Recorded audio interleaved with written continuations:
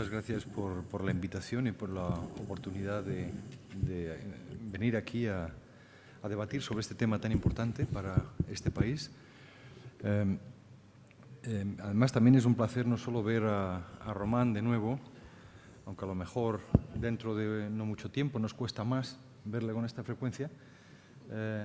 Y por otra parte, es un placer también que estos ojos que hace no tanto tiempo me contemplaban desde la oscuridad, desde la sombra, ahora los tengo a mi lado.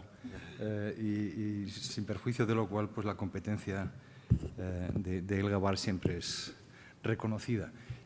He hecho mi presentación en inglés para facilitar precisamente la interacción con Elga Barsh, y luego seguramente en el debate a lo mejor también facilita que saltemos al inglés con esto, pero yo espero que las slides sean autoexplicativas.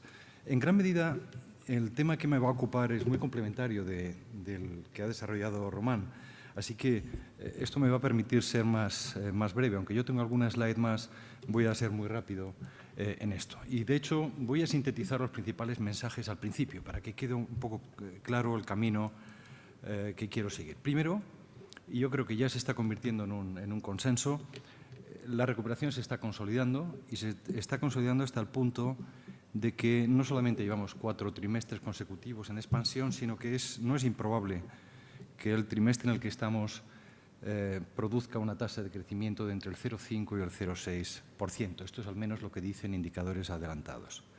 Segundo, que el patrón de esta recuperación, pese a que parezca que la crisis es históricamente única, está siendo muy similar al de previas recuperaciones, lo cual, bueno, a uno le llena o le da un cierto consuelo, porque si además de la crisis ser única, el patrón de recuperación fuera a ser totalmente diferente, sería muy difícil encontrar la brújula que nos guiase en la salida. Y ahora trataré de explicar esto por qué es. Así que el patrón que estábamos siguiendo en la salida es muy parecido al de recuperaciones pasadas. Tercero, no obstante, como razonaba Román, el desapalancamiento debe continuar siendo compatible con la creación de nuevo crédito. Y esto hoy está ocurriendo. Está ocurriendo desde finales del año pasado.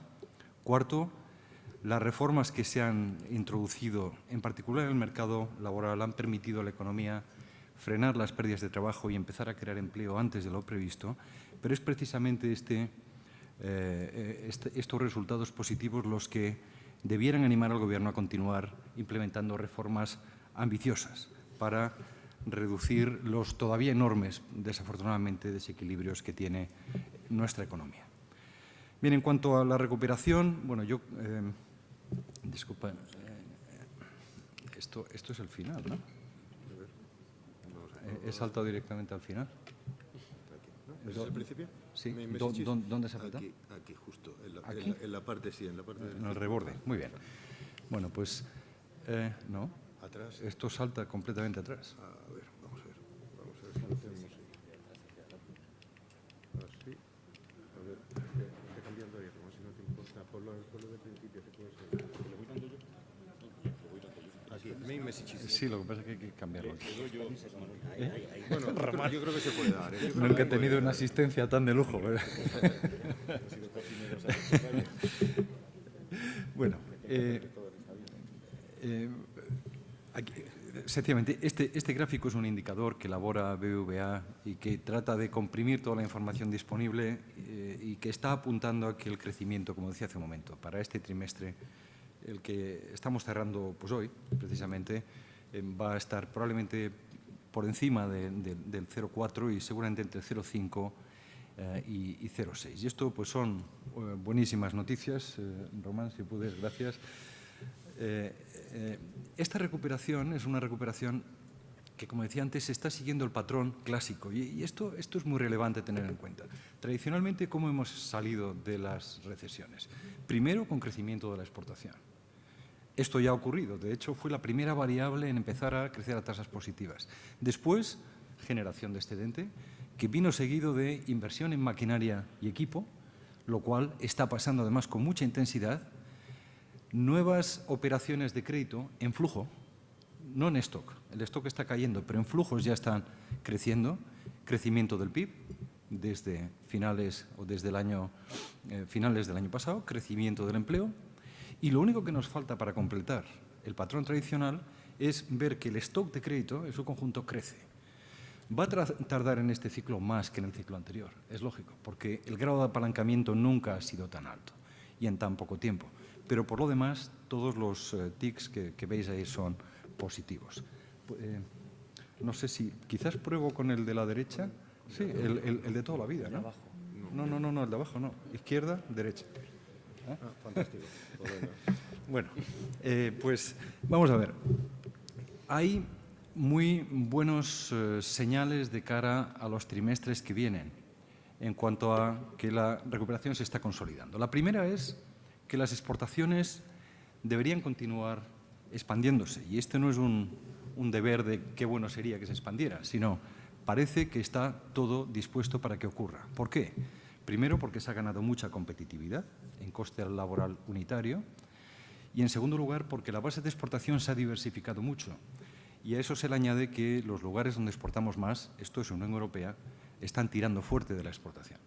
Así que, pese al comportamiento un tanto débil de final del año pasado y principio de este año, la exportación debería seguir contribuyendo al crecimiento. Segundo, el ahorro privado neto está mejorando. Y esto es fundamental en un momento en el que una de las prioridades económicas del país debiera ser reducir nuestra posición exterior neta, que es enormemente negativa. Es decir, poco a poco hemos de ir mejorando nuestro ahorro para ir reduciendo el desapalancamiento, para ir amortizando deuda y reduciendo nuestra posición exterior neta, que, insisto, es un elemento de vulnerabilidad fundamental. Tercero, la inversión está siendo muy dinámica, como se ve claramente en este gráfico. En este gráfico aparece la inversión en maquinaria y equipo de la economía española y su relación en proporción al PIB y en proporción a la demanda doméstica. Y como se ve, estamos ahora en récords históricos en el peso que tiene la inversión en maquinaria y equipo en el PIB. De nuevo, es el patrón histórico de recuperación, un patrón que se asocia a la exportación y que incorpora innovación. Así que esto es una muy buena noticia y que además es perfectamente consistente con el necesario cambio de modelo productivo del país. Bueno, en cuarto lugar, el desapalancamiento. Y este es el punto en el que Román Escolano ha puesto todo su énfasis y no puedo más que estar de acuerdo. Ahora mismo vemos una mejora en los flujos de crédito y, de hecho, están creciendo ya desde final del año pasado. Y, de hecho, comparando diciembre con diciembre, por ejemplo, en crédito a PYME ya notábamos mejoría en diciembre del año pasado y esto ha continuado hoy. Pero, al mismo tiempo, el stock de crédito sigue cayendo, el stock total sigue cayendo. ¿Por qué? Sencillamente porque el nuevo crédito que vemos crecer todavía es inferior en volumen a las amortizaciones de crédito que se están produciendo. Habrá un momento en el que esta tijera, digamos, se cierre, pero esto no ocurrirá hasta bien entrado el año que viene. Así que hasta bien entrado el año que viene veremos probablemente seguir cayendo el stock de crédito por una buena razón. Como se ve en este gráfico, aunque se ha producido algo de desapalancamiento y bajamos de un endeudamiento privado del 160% del PIB al 135%, pongamos, estamos muy lejos de una referencia que puede ser útil, que es la media de la Unión Monetaria, que se sitúa ahora mismo ligeramente por debajo de 100. Esto quiere decir que nuestra exposición a imprevistos, por ejemplo, a riesgo de interés, o en la medida en la que tenemos una posición exterior neta muy vulnerable, pues alteraciones en los mercados internacionales de financiación, esta exposición podría traer consecuencias más serias que a la media de los países de la Unión. Si uno continúa pues, repasando algunos datos de crédito y depósitos, aquí se ve cómo, y esto es también una buena noticia, el ratio de préstamos a depósitos está cayendo, aunque está llegando, digamos, ahora mismo a un valle, a un fondo, en torno a 123%, pero venimos del 158%. Este era el gap de financiación. Esto era el volumen en el que los bancos tenían que acudir a los mercados mayoristas para llenar la diferencia entre los créditos que concedían y los depósitos que obtenían de clientes. Esto es bueno desde un punto de vista de estabilidad bancaria, aunque hay que reconocer que se ha producido a costa fundamentalmente de una disminución muy importante del crédito al sector privado, una disminución de en torno a 400.000 millones de pesetas, nada menos que un 40% del PIB es lo que ha venido a reducirse el crédito total desde 2008 hasta hoy. Otro punto importante que hay que tener en cuenta es el siguiente, y esto es una pura referencia internacional, que no tiene por qué ocurrir, pero simplemente nos deja tranquilos de que no somos de otro planeta. En el gráfico de la izquierda se representa la evolución media de básicamente la demanda interna, consumo e inversión, y asociada a la evolución del stock de crédito en un conjunto de países que incluyen Japón, incluyen España, incluyen Suecia, Noruega y Finlandia. Es una curiosa mezcla de nórdicos más España y Japón. Pero lo interesante es ver cómo en promedio en estos países el crédito, el stock de crédito tiende a seguir con un par de años de diferencia, con un par de periodos de diferencia a la recuperación de la actividad económica, mientras que el crédito nuevo tiende a ser concurrente, tiende a producirse, tiende a acelerarse a la vez que el crecimiento de la economía. Así que es un patrón el que observamos aquí relativamente común. Sobre demanda y oferta de crédito, Román Escolano creo que ha sido también bastante expresivo. El problema fundamental que ha tenido el acceso al crédito en el caso de España en los años pasados ha sido de demanda. Esto está bastante bien documentado y el Fondo Monetario Internacional, de hecho, en su último informe anual sobre estabilidad financiera incluía un apéndice donde quedaba muy claro que aquí el factor que ha tirado más para abajo del crédito ha sido la demanda, con lo cual en cierta medida quedan fuera de lugar estas críticas al sistema por no facilitar crédito, pero es cierto también que en la medida en la que los bancos tienen poco capital o en la medida en la que hay una reestructuración financiera en marcha, hay problemas de oferta que afortunadamente la reforma está solucionando. El gráfico que ven a continuación no hace más que poner forma a lo que hemos comentado tanto Román Escolano como yo, de que los flujos de crédito están creciendo ya, es la línea azul clarita, han llegado a un fondo que se ve a finales de la última parte del año pasado y está creciendo ya, pero esa línea todavía está por debajo del azul más oscura, que son los repagos y las bajas de crédito. Así que, por esta parte, yo creo que deberíamos estar tranquilos acerca de cómo progresa el proceso de desapalancamiento. Hay, junto a todo esto, además, algunas iniciativas legislativas que pueden hacer todavía más fácil, yendo hacia adelante, la posibilidad de que empresas viables, pero muy endeudadas, continúen con su modelo de negocio. Como saben, se aprobó una nueva ley hace un par de meses, en virtud de la cual puede haber acuerdos entre los prestamistas y las empresas que hacen mucho más fácil hoy día que empresas con modelo de negocio y viabilidad puedan optar a continuar en actividad, con lo cual se mejora en términos de empleo y en términos de el daño que sufren los créditos que hay en vigor. Bueno, sobre el ICO no le voy a hablar a Noé de lluvia. Yo aquí reflejaba unos datos sobre cómo el ICO ha ido mejorando con el tiempo y desde la llevada de Román, no por casualidad, su contribución, sobre todo a la internacionalización, que es uno de los elementos que hemos visto que empezó a tirar antes en la recuperación. Fijaos cómo en 2012 la financiación internacional del ICO era solamente el 2% de los fondos que ofrecía ICO y que esa proporción ha ido aumentando de tal manera que entre enero y mayo de este año ya es el 25% del total y no ha hecho más que crecer. Es muy importante esta posibilidad que el ICO tiene además de ir modulando la prioridad que asigna en sus líneas de crédito a pymes, a empresarios y a la internacionalización.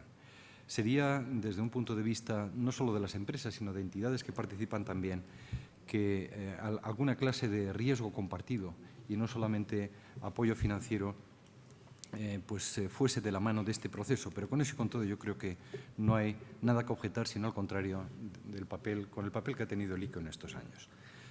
Un quinto elemento que suscita optimismo es la creación de empleo, que ha sido mejor de lo esperado. Lo que se refleja en este gráfico es la elasticidad trimestral de la creación de empleo respecto del PIB. Y como se ve, desde finales de 2007, mediados de 2008, esta elasticidad no ha hecho más que crecer, sobre todo en los años finales de la muestra, lo cual va muy de la mano o está muy de acuerdo con la idea de que cuando uno reforma la economía y la robustece, consigue crear más empleo por unidad de crecimiento del PIB. Esto lo tenemos aquí, delante de los ojos.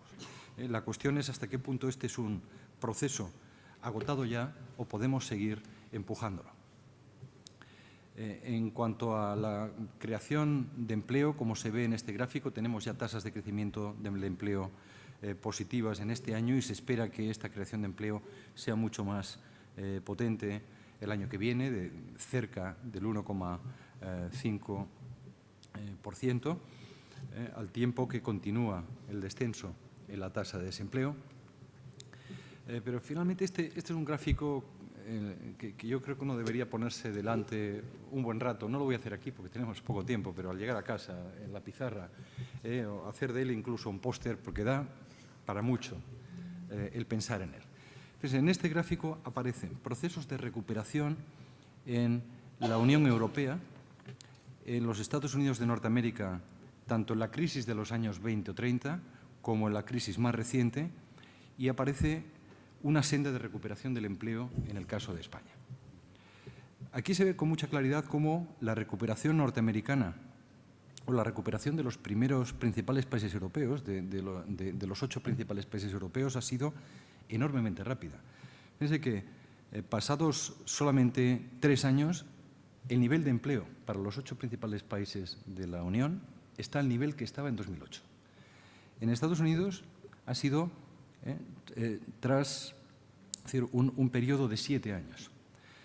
La línea azul refleja lo que uno podría esperar del caso español si el PIB crece de manera continuada un 2,5%, y hay quien cruza los dedos y toca madera si la hay, a una tasa de crecimiento de la productividad que es el promedio de los años previos a la crisis, que era el 0,6%.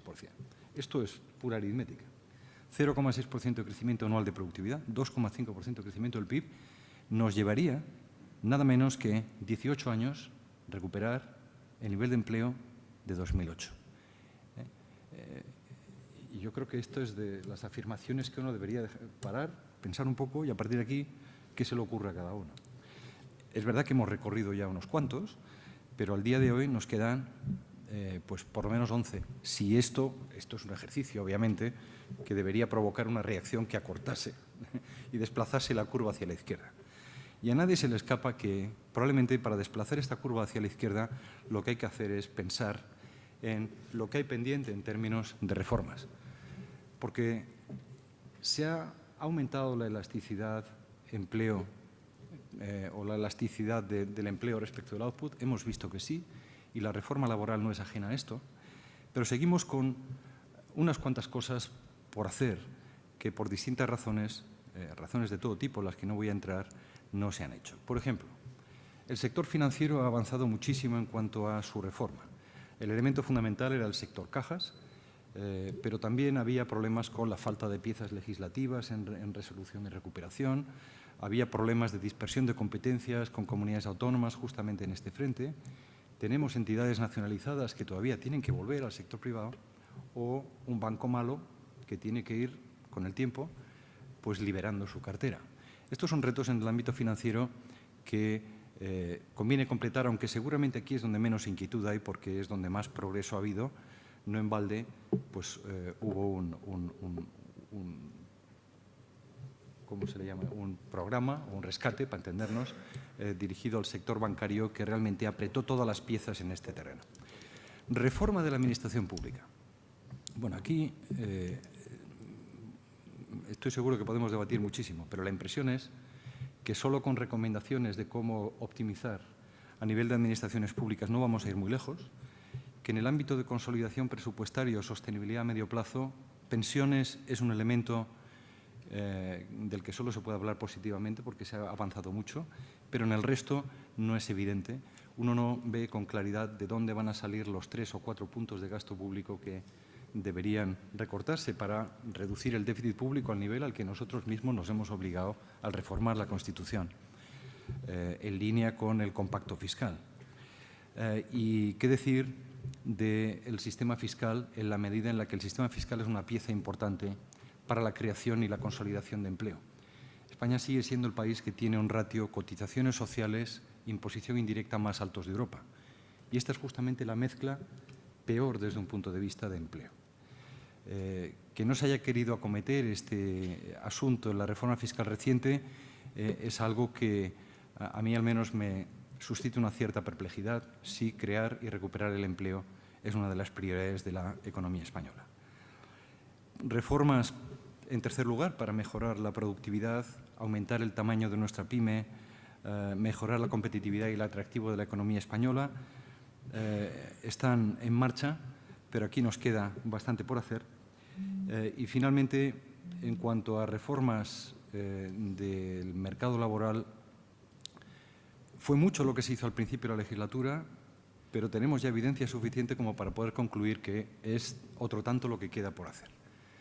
Y esto lo demuestra el funcionamiento de los convenios colectivos o el porcentaje que supone el empleo temporal respecto del total de empleo en la economía española, que sigue siendo, junto con Polonia, el más alto de la Unión, o el poco uso que se hace de los contratos a tiempo parcial, o el escasísimo papel que tienen todavía las políticas activas, o lo disuasorio que son las políticas pasivas para la contratación a tiempo o la contratación indefinida. Estos son solo ejemplos de asuntos que una reforma laboral debería plantearse para acelerar y desplazar esa curva tan horrorosa que hemos visto antes, en la medida de lo posible, hacia la izquierda y que recuperemos los niveles de empleo de 2008 lo antes posible.